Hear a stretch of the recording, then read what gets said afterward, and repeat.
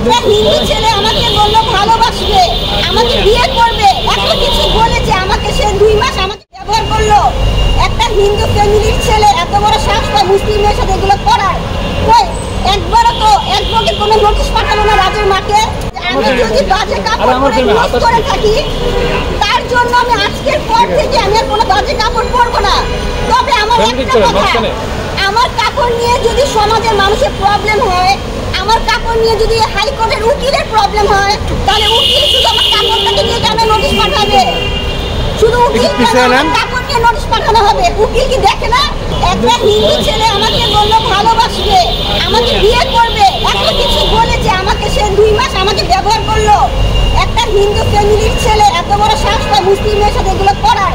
কই একবারও তো একবারকে কোনো নোটিশ পাঠালো না রাজের মাকে? রাজের দুলাভাইকে পাঠাইছে?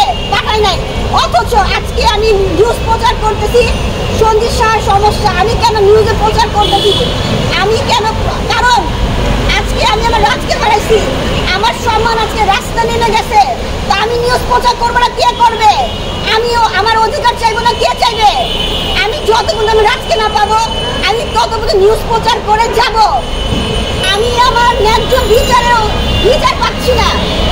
যে বাংলাদেশে একজন হাইকোর্টের উকিল, একটা হাইকোর্টের উকিল, তার মাধ্যম থেকে আমাকে বলা হয় আমি নাকি অশ্লীল পোশাক পরছি। আমার কথা, একজন উকিল যদি আমার পোশাক নিয়ে কথা বলে, তাহলে আমার সাথে যে প্রতারণা হয়েছে, এটার বিচার কেন উকিলরা করতেছে না? এটা কোন দেশের উকিল, কোন দেশের আইন? যে আমি উকিলকে নিউজের মাধ্যমে জানাতে চাই যে আপনার আমার জামা নিয়ে প্রবলেম। যদি আমার জামা নিয়ে প্রবলেম হয়,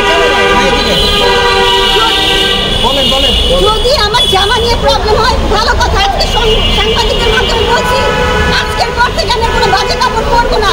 কিন্তু আমার কথা, বাংলাদেশের উকিলরা, হাইকোর্টের উকিল কিভাবে এই সাহসটা পেল যে আমার কাপড় নিয়ে প্রবলেম? অথচ আজকে 1.5 মাসের মতো হয়ে গেল, রাজ হচ্ছে লাপাতা। রাজ কোথায় আছে? কেউ কোনো খবর দিতে পারছেন না। তো আমার কথা, একজন উকিলে যদি আমার ড্রেসকে ফলো করে থাকে, সমাজ নষ্ট হয়ে যাচ্ছে। কিন্তু উকিল যেটা বুঝে না যে একটা মেয়ের সাথে, একটা হিন্দু ছেলে টানা 2 মাস আমার সাথে ছিল, আমাকে বিয়ে করবে বলে। বিয়ে তো এখনো করে নাই। তার মাকে, তার ফ্যামিলিকে কেন কোনো নোটিশ পাঠানো হচ্ছে না? তার মারা কেন এখন পর্যন্ত চুপ করে আছে? আজকে 1.5 মাসের বেশি আমি যে এত কিছু করতেছি, রাজের ফ্যামিলি কেন চুপ আছে? তার মানে কি রাজের ফ্যামিলিতে অবশ্যই কোনো দোষ আছে? রাজ কেন এখন আমার সাথে এসে কথা বলছে না? এই প্রশ্ন কি করছে? উকিলকে এই প্রশ্ন করে নোটিশ পাঠাইতে না পাঠাই নাই। আমি নিউজ করতেছি রাজের দুলাভাইয়ের বিভিন্ন প্রবলেম। যে উকিল, যে আনোয়ার, যে উকিল, অবশ্যই সঞ্জিত শাহ তাকে হেল্প করছে।